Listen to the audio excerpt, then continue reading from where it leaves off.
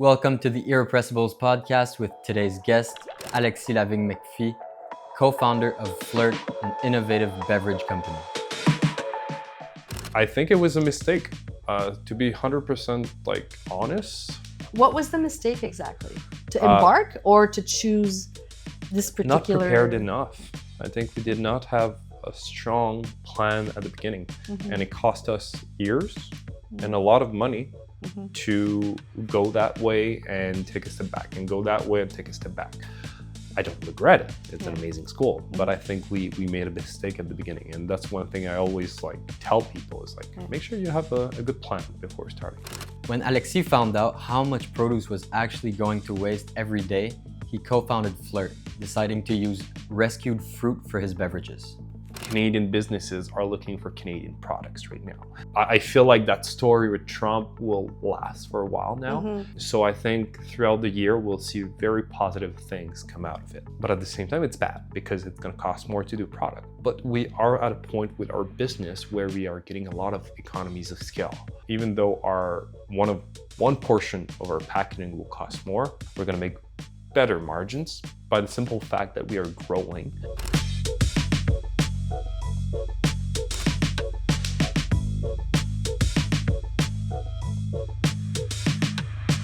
Alexy Lavigne-McPhee, welcome to the Irrepressibles Podcast. It's a pleasure being here. Thank you for being here. I very much appreciate it. I'm looking forward to hearing all about your really exciting journey. First, I think I'm going to start with a question that came to mind when I was looking at your LinkedIn account. Okay. And I'll let you go from there. But on the account, I heard you say that you rescue fruit. Exactly. Tell me about that. So circular economy, we gotta start there.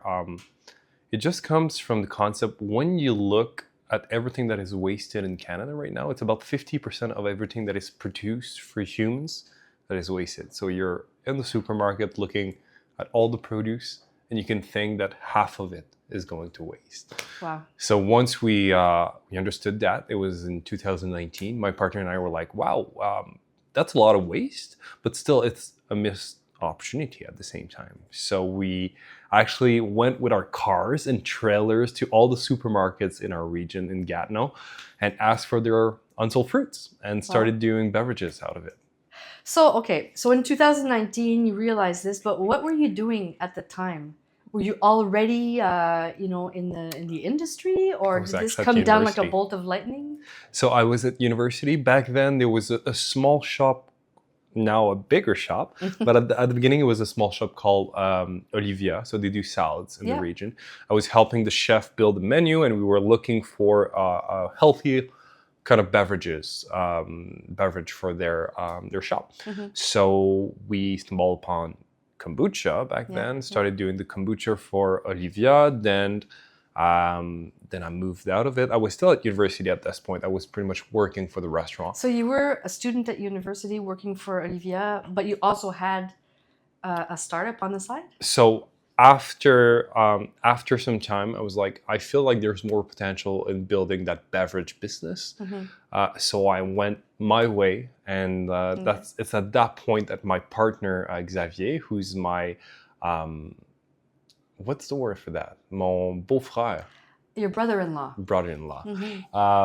He's my brother-in-law, and we started the business at that point. So it was end of 2019, something-ish. So basically you got inspired by the idea of food waste, which is something that emotionally reached you. Yeah, exactly. And from there you decided there's an opportunity. So when you look at the beverage industry, it's about $1.7 trillion across the world. So that's so huge. We were like, that's a humongous industry. So we might have the opportunity to go through so much fruits in that particular industry. And it was easy to transform. I'm saying we thought it was easy to transform fruits into beverages. It wasn't. It wasn't. So that was the first and biggest challenge. Why is it hard to transform fruit into beverages? So I'm going to give the example. When you do circular economy, you receive fruits. At the beginning, we were recovering fruits from supermarkets. We were upcycling them from supermarkets. And that's pretty much at the end of the chain, right? So at the end of the cycle, But now what we do is actually work with importers. So everything that gets in the country that are not standardized to our society. What would be an example of a fruit that's not standardized or I always give the example that gets, of like cast aside? it's a cucumber, and instead of being like straight, it has a curve. But when you put it in the présentoir, so like on the shelves, it won't work. You can't have cucumbers that are curved, right?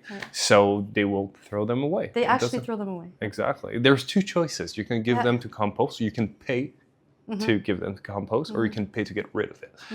I'm gonna let you guess which one is the less costly, and they're gonna throw it away usually. And they won't take out the plastic. They won't like take out the raspberries from the clamshells.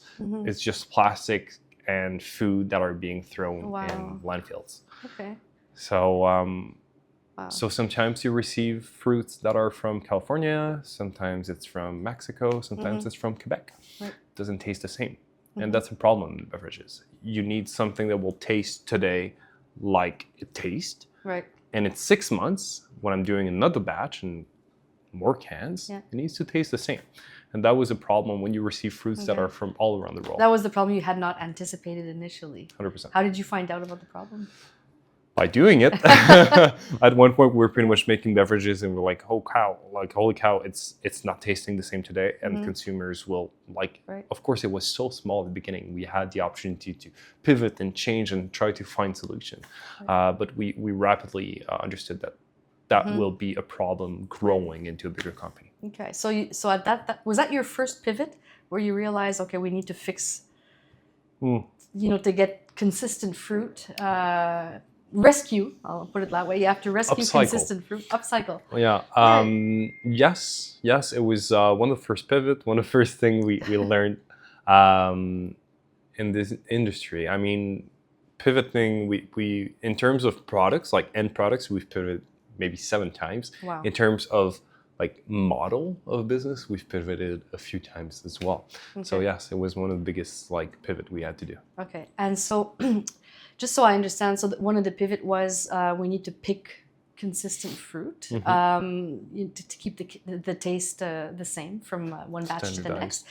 But then you talked about kombucha initially, but this is not what has made you successful. No, it's not. So there was a pivot there too. 100%. Yeah. So 2019, what happened in 2020? Pandemic.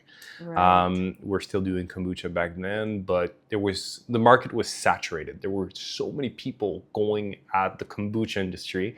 In the States, it was booming. It was like, we called it the $1 billion industry that happened like in a few years.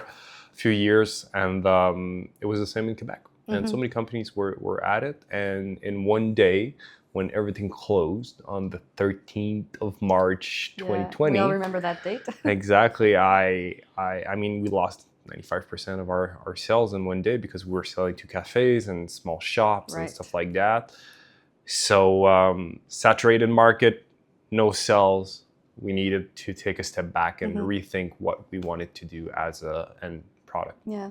What you're saying, it makes me think of a concept that I'm sure you're familiar with, the Red Sea, Blue Sea. You were in a Red Sea. Absolutely. I mean, beverages, it's pretty much a Red Sea all over. So for listeners who are not familiar with Red Sea, Blue Sea, can you just explain it the way you see it? So the concept of Red Sea is having a lot of companies in one specific market, and the Blue Sea is having fewer companies in the given market as well. But it's also about creating something new. The Blue Sea it's not. There's what you said, but there's also the idea that you're creating a new segment, 100%, or reaching customers that have not been targeted yet. So the way I would actually see it personally, and what I learned, is that a market can evolve in something else. So sometimes, yes, it can be a Red Sea that becomes a Blue Sea by the simple fact that the way we approach that market is different. So you're right, absolutely. At the time, did you know this is what you were doing as a concept, or did you just sort of naturally decide that you needed to find a new innovation? So I think the fact that we were not making money was the biggest the biggest thing here. We are not making money. We were doing about 100K in sales, and that was good. I mean, it was in the first like 6 months of trying to do a business, right? But we were at 5,000 now, so we needed to move at that point. So yes, we understood the concept, but actually at some point, money talk, right? You need to make money to build a business. So in a sense that, COVID and the fact that you sort of hit a wall and stopped making money in retrospect was a kind of blessing, because For sure. now you have your product, Flirt, which is juice. Yeah, explain to us what it is exactly. Sparkling lemonades. Literally, it's as simple as it is. So the concept of circular economy is complex, right? Like just a few years ago, so many people were coming to us and saying, "Oh, you use rotten fruits," and no, it's just they're perfectly imperfect. Customers were saying that? Customers, people, so it was not like we were missing education at that point about the concept of using unsold fruits.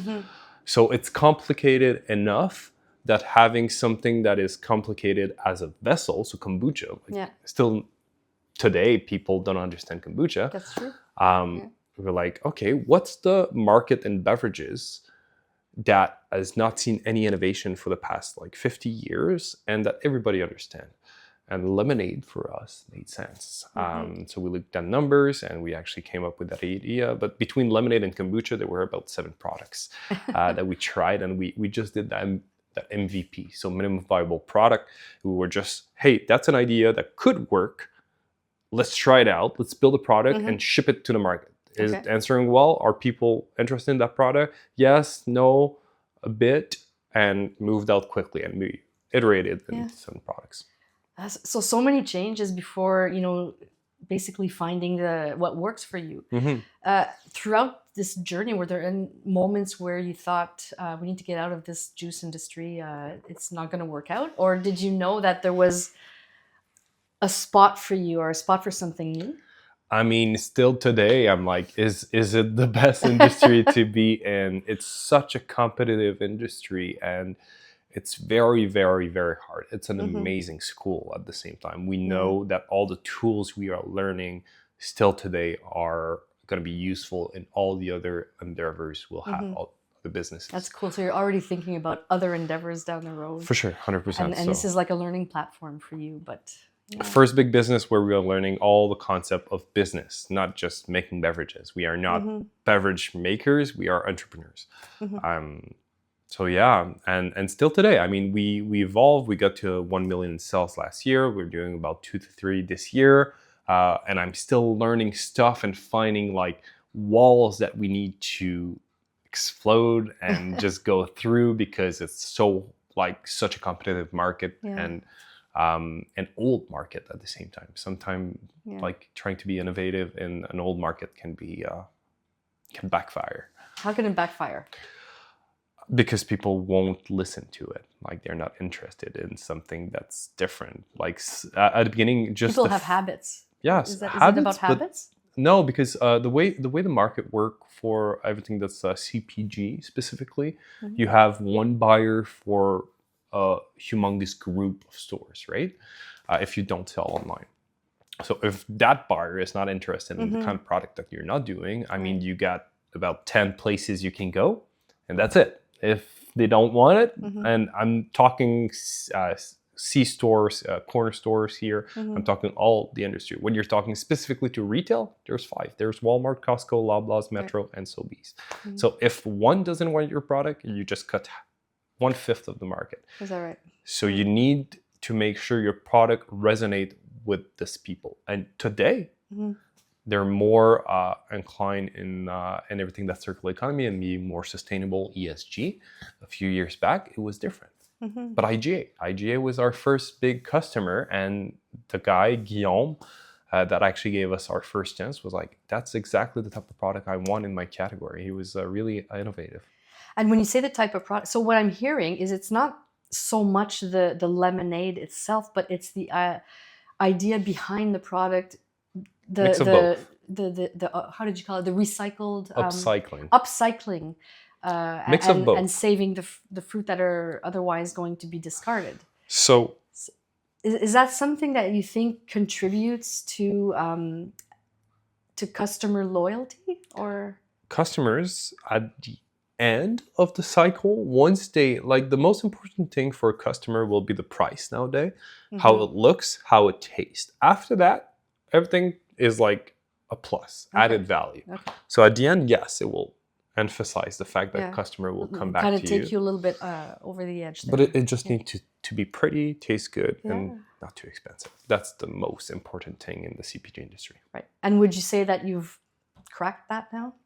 I think we are on the right path for sure. Yeah. So the lemonade it's not just lemonade. Obviously, there's different flavors. Yes, for sure. So raspberry, basil, we got lime and mint, blackberry.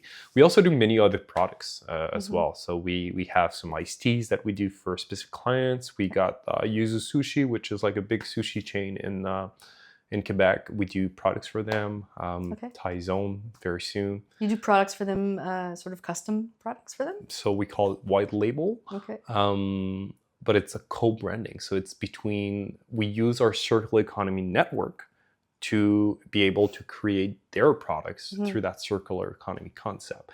Meaning that Yuzu Sushi can literally say, hey, this year by selling our products, we are able to save X amount of fruit from landfills. So when we're thinking these big businesses, they're all thinking about ESG. ESG being? Environmental, social governance, which is 3 pillars where it has an impact on being positively impacting these 3 pillars.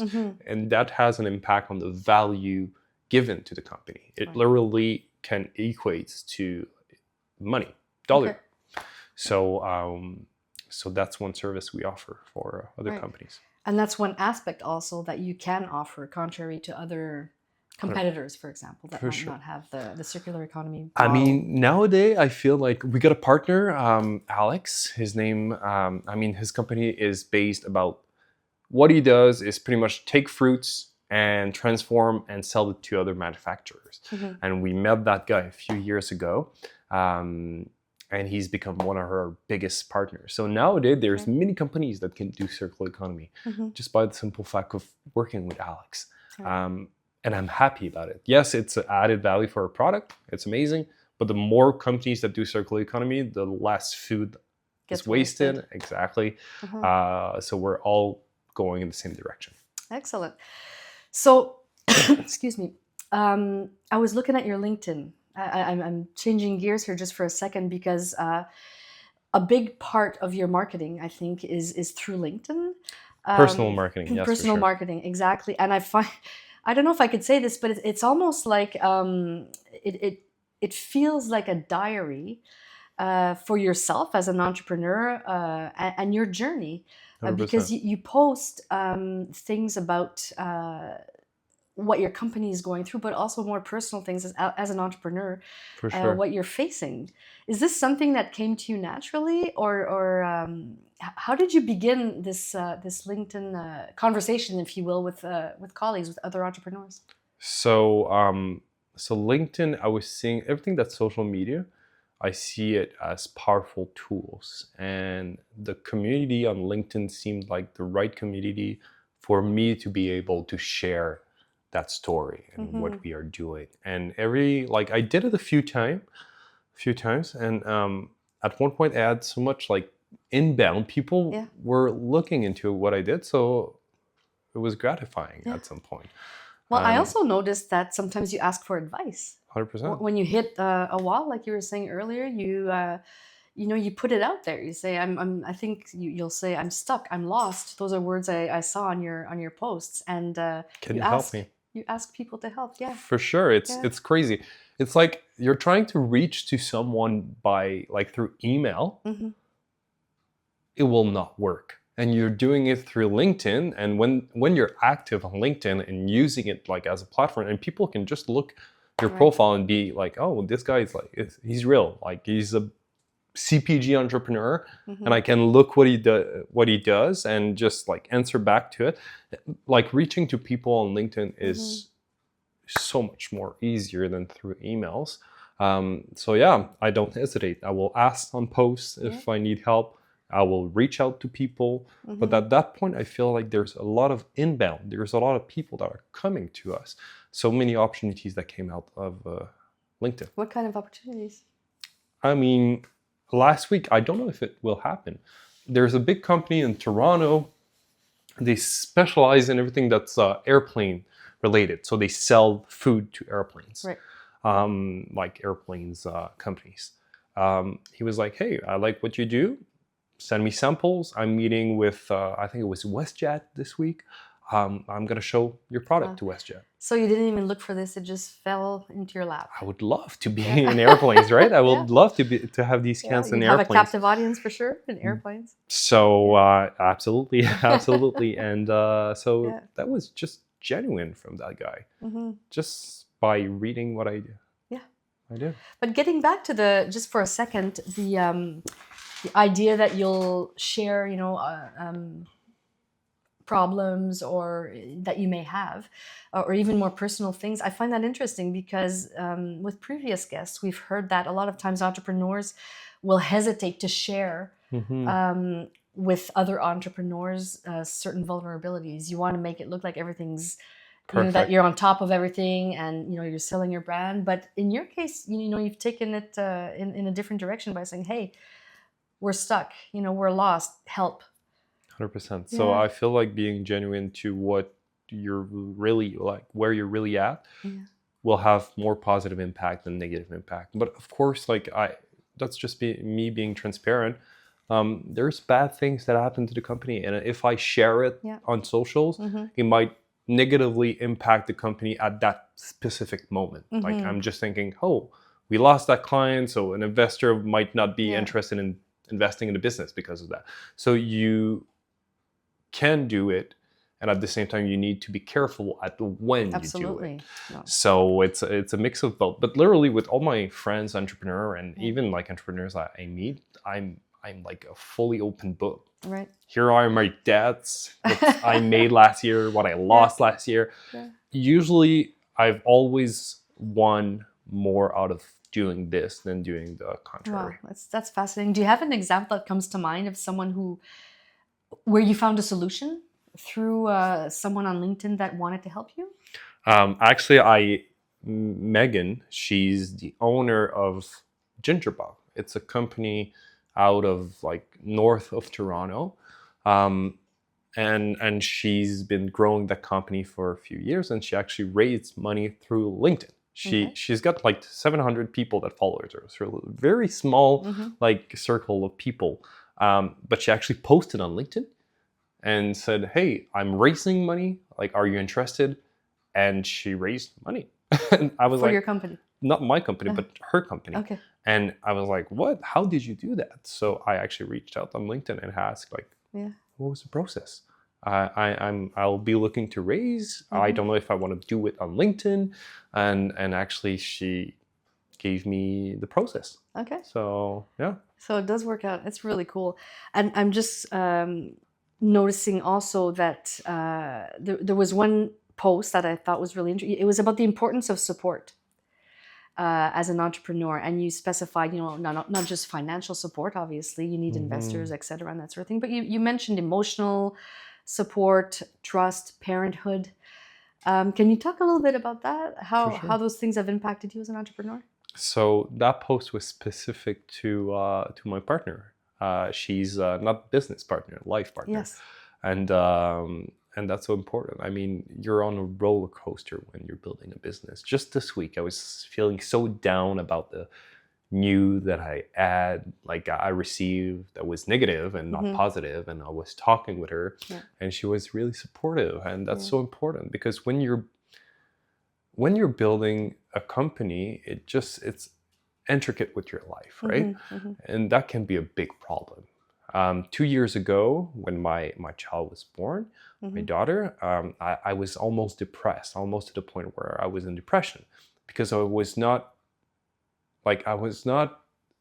obtaining the goals. I was not getting the goals I wanted to with the business. Right. Because I was so focused on my kid, on my child. And I bought my first house at the same time. And there was so much going on in my private life that focusing on the business was hard.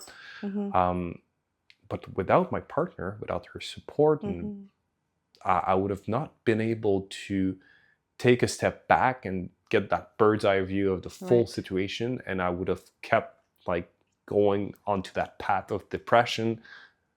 But actually, she helped me get out of it, and she's like, "Hey, you're doing 10th step right now with your private life."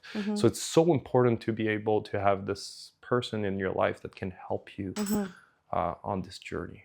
Right. So there's the peer group, and then there's the more immediate, the family, because, in reality, the business, and this is something that I've heard also, the business is also a baby. It's such a part of your life. It's not like other types of jobs where you can leave it behind you at the end of the day and come home to your family. It's something that's this part morning of you, part at of your 4 in the family. morning, I was spinning in my head.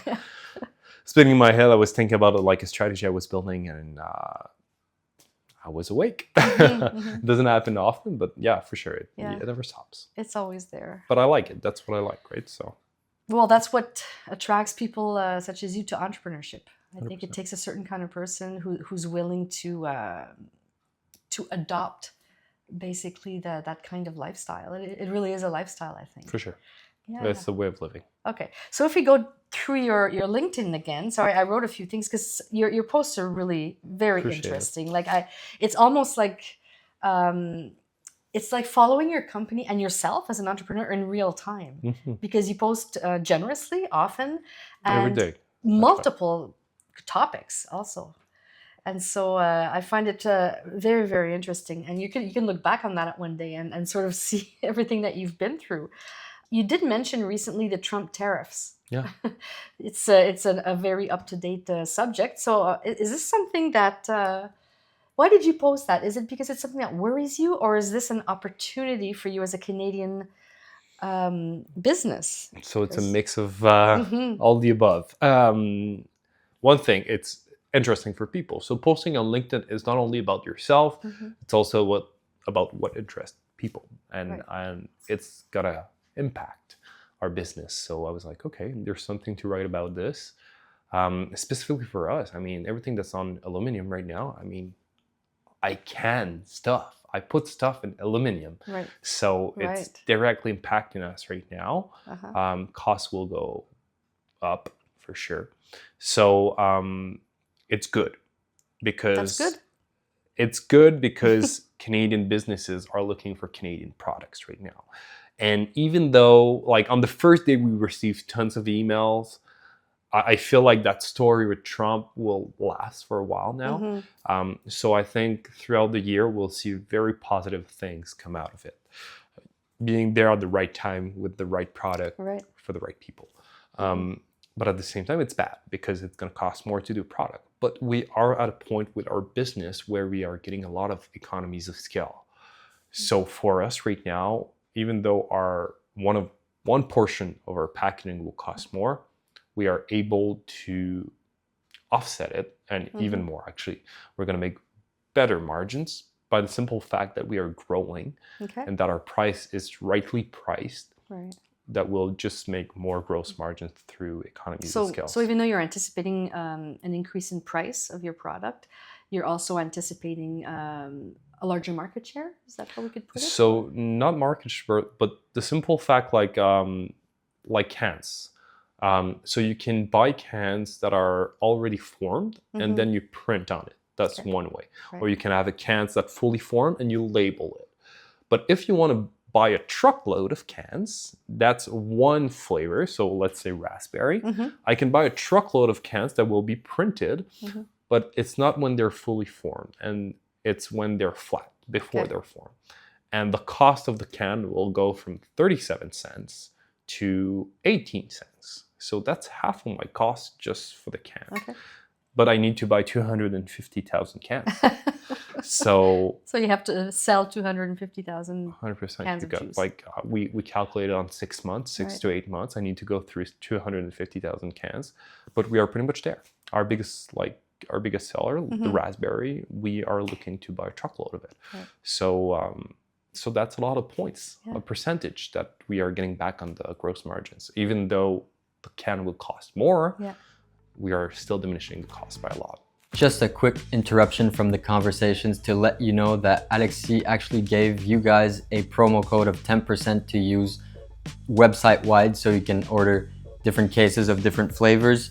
And the promo code is IRPOD10, so that's IR for Irrepressibles and POD for podcast, followed by the number 10 for 10% at checkout. I'm listening to you talk very specifically about aluminum and the way cans are made, which is knowledge that's that's not available to most people. We don't know that sort of thing. But it leads me to something you said earlier about how, you had to learn to become a business person. But in addition to learning to become a business person, learning about business, you had to learn about fruit, about juice, about flavor, aluminum cans. I'm assuming you have a warehouse. Or We do. We have a manufacturer. Exactly. So that's a lot of things to learn. How do you do that when initially when you had that idea, there's food waste, let's make some juice with the fruit. Did you know at the time that you would have to embark on this journey of lifelong learning, multiple different aspects of this industry? So one thing that I like the most about what we do is that every single day we are learning more and building, right? Building that knowledge base. Now, at the beginning, I was not conscious. It's a lot. What we went through, it's a lot. We did not take the easiest path. Manufacturing yourself, doing it through a circular economy. All our competition right now, they're co-packing it, meaning they work with another company that will make the product for them. And the co-packers, their job is not to take unsold fruits, transform them, and make them into beverages. Their job is to take concentrated fruit juice, something that is already done. So many steps that makes what we do so much more complicated. I think it was a mistake. To be 100% honest, I think it was a mistake. We were not prepared. I was still young. And what was the mistake exactly? To embark or to choose this particular... Not prepared enough. I think we did not have a strong plan at the beginning. And it cost us years and a lot of money to go that way and take a step back, and go that way and take a step back.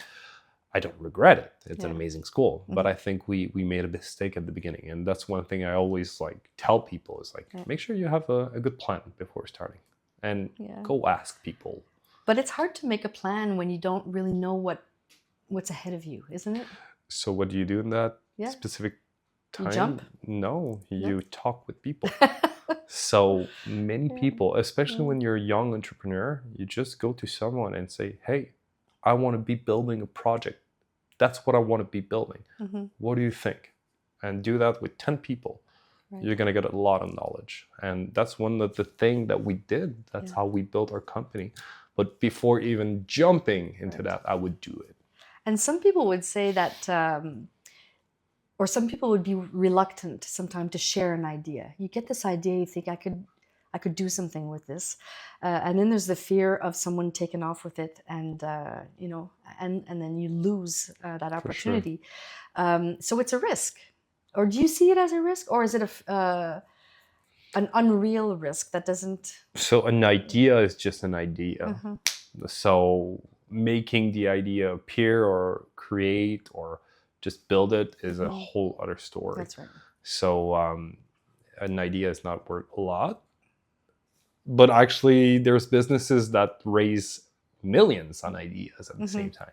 So this is personal, but I think the win can be way much more than the loss. Absolutely. By talking to the right people. No, you're right. And previous guests have said so too. When they give advice to young founders, they'll say exactly what you just said yourself spontaneously. You have to talk to everyone that you meet about your idea, and not be afraid, of someone taking off. Because, like you say, how many people will have the energy or the resources or the time to do what you did? Time. So that's a good word. The time to do it. There's not a lot of people, and especially when you're a young entrepreneur, that's your best asset, time.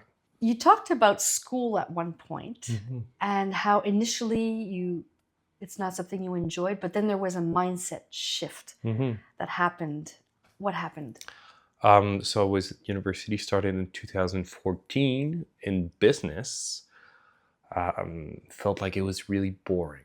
I was not learning what I wanted to learn, and I left. So I left for 4 months. I actually was planning to do a year of travel, but left for 4 months in Asia. And when I came back, I was like, okay, I want to finish my university. But if I want to finish, I need to do what I really am hoping to get out of university, which is pretty much understanding how to build a business. And what's the best way to build a business, to understand how to do it? It's by doing it. Right. So that was my mindset shift at one point. I started building a company while being at university, and I did like a different path than most of people do. I took 2 classes every single session. So winter, fall, and summer. So all year long I was having classes, but just 2, and building the business at the same time. And I started loving so much school. Because everything that I was learning, I could apply it to my business and understand. And that's just me, the way that I learned. If I'm able to apply it, it just makes more sense to my brain, and I'm better. Like I went from doing B's at school to A plus, because I was finally understanding. You were applying theoretical knowledge to your business. Exactly. Wow. Exactly. So that was the mindset shift. Yeah. How about other mindset shifts? This is a mindset podcast, as you know. So we like to sort of delve into the mindset of entrepreneurs. But do you think, how important is mindset to you as an entrepreneur? Without mindset, you would not do a business, right? You would stop, because it's so, it's that roller coaster of emotion, right? So if you're not able to focus on one thing and have that mindset, you're going to stop at one point, because you're going to feel depressed and not happy about it. So very important to have that mindset. Right. And I think one of the biggest mindset shift I had was, at the beginning, I was like, you know, when you're younger, you're like, oh, I'm going to be able to eat the world, like do anything that I want. Sky's the limit. Exactly. And I was like, okay, at 25, I want to be a millionaire. And at 25, I was not a millionaire. I was like, okay, what's next then? So I think it helped me. My mindset shift was like, okay, you're putting very ambitious goals in your life, and I still have these ambitious goals, but you need to be more realistic with the path you've taken, and understand that it might not happen at the pace you want. And I mean, we got to the point where we are millionaires on paper, but we are sort of millionaires of debt, because we got something counterpart, right? Right. So I think you get more realistic about how you build it. But it's very tied to the path I took. If I went to tech, maybe the story would be different today. Right. And understanding that at one point just helps you digest better your ambitions. Yeah. So what I'm hearing is that the mindset sort of regulates emotions. Yes. Is that how you see it? And I'm really tied to, like, something bad happened to the business, it will hit me like a truck. And that's something I'm trying to work on, but I'm very tied to it. And it's a good and bad thing. Yeah. Because when I'm on a high, I can be like crazy about making sure that business fly. Yeah. And when I'm on a low, it's literally the same thing that happened. Like I just want to work so much to make everything better. Right. But it impacts the people around me, though, like my partner. Right. When I'm on a low, it's not good for her. And that's why I'm trying to work on it. I'm trying to regulate my emotions when I'm with my family, my friends, but it's hard. Right. And can you illustrate a little bit, or if you have an anecdote of one of the things that hit you that was difficult to deal with? Does something come to mind? One of the biggest lows you might have had due to a circumstance? For sure, the no's. When you're building a business, you got an amazing product, amazing timing, you got everything, and you know you'll be able to push it. And I mean, we were talking with national distributors, and they said no. They said no. Well, I'm like, I mean, you know it's gonna work. And that's hundreds of no's that we've received throughout the years. Yeah. And when you get that one yes and you build your business on it, and it's just have that domino effect, it helps. But for the hundreds and thousands of no's we've received. What kept you going when you got the no's, especially if it hit you like that and you were down? I mean, it could have gone either way. If you were depressed, you could have said, well, For sure. I need to get out of this. I'll do something different. But you stuck with it. Hundreds of no's, you say. I'm so competitive. Like, I want to beat myself. I want to beat others. I did sports, video games on a competitive level. And I just want to, if I don't make things work, if I don't make things work, I'm just not going to be able to live with myself. I'm so competitive. That's part of my personality. So the no was a hard hit emotionally, but at the same time, it drove you. So many times I'm like, you didn't accept in it. a few years when we're going to be at that point, you're going to be regretting not coming for us. And I will never tell them that, right? Are you there now? In a few places, for sure. Like in Quebec right now, we are talking with a lot of very interesting people and on a national level as well. So for sure, there's a few people that I know that will regret, but maybe I will work with them. Yeah. I'm just thinking that in my head as like that fire to keep us going. Yeah, because so basically, the word conviction comes to mind, because if we look back at that moment when you had the idea, when you were touched by the food waste and you thought, we have to do this, there was a conviction that there was something to be done, and you stuck with it. Is that part of your mindset too, just being? For sure, and it changes throughout the years at the same time, to the point we are right now. We're like, okay, we got a conviction that we are having a positive impact on the planet by doing what we do. But I mean, at one point we were pushing so much the fact that we were doing circular economy, and like I said at the beginning of the podcast, people don't give a crap about it.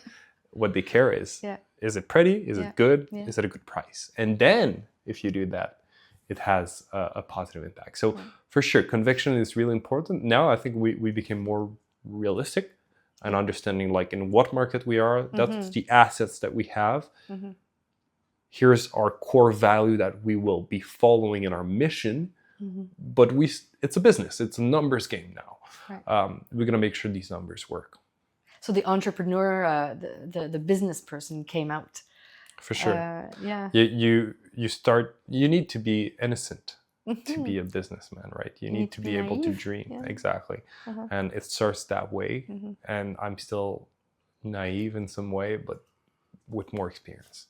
But then being innocent and naive is what makes you embark on this journey in the first place. Because honestly, if you had known everything that you would be going through and all of the obstacles that you'd have, would you have gone? Would you have done it anyway? Not in the industry. I for sure I would be in business, but not in the industry we are right now. No. So you stuck with it. Conviction. For sure. You're still there. I'm gonna make this work. We are making this work. You are making it work.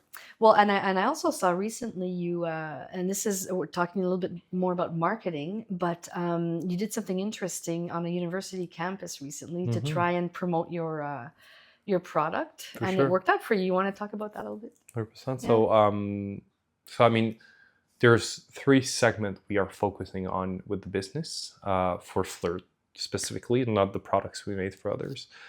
We got food service. That's everything that's hospital, institution, cafes, bakeries. There's CNG, that's corner stores. And finally, there's retail. And food service, there's something specific you need to do to be able to work with these there's humongous distributors across North America that will distribute all of these places. You need an anchor account. So anchor account is one big account that will move volume, and then you can get into that distribution chain with that distributor. So we did it with universities. We got the chance to go at a university, and my strategy was pretty much to make sure we were able to get that account, that big account.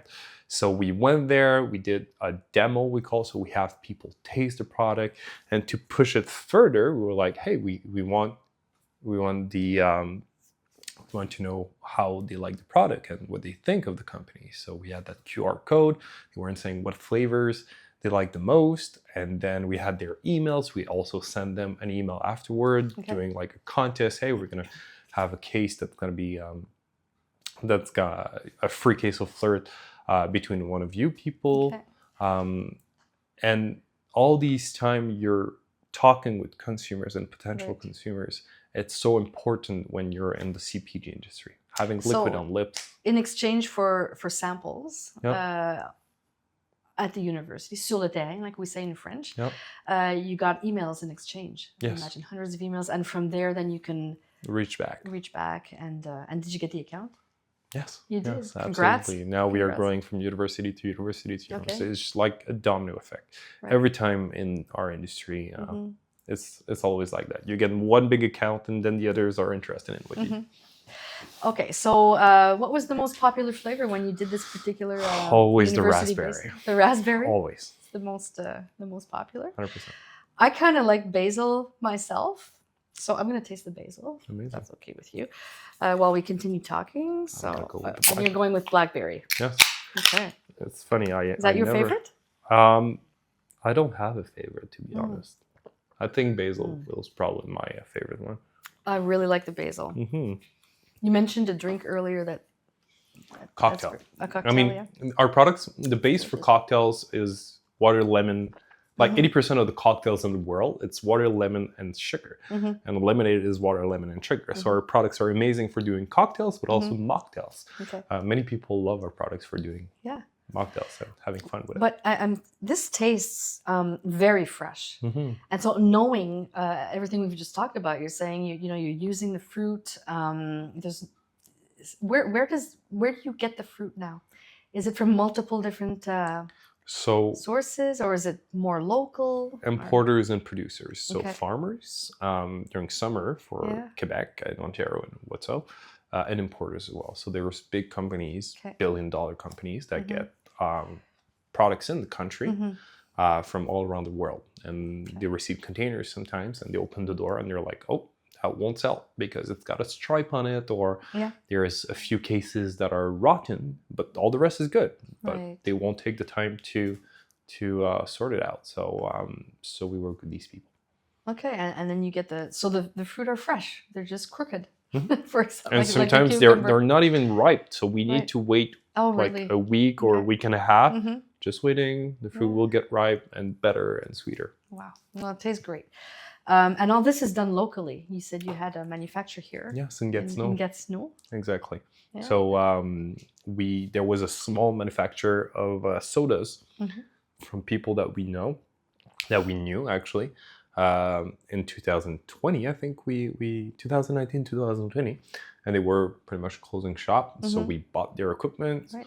We actually bought the building as well.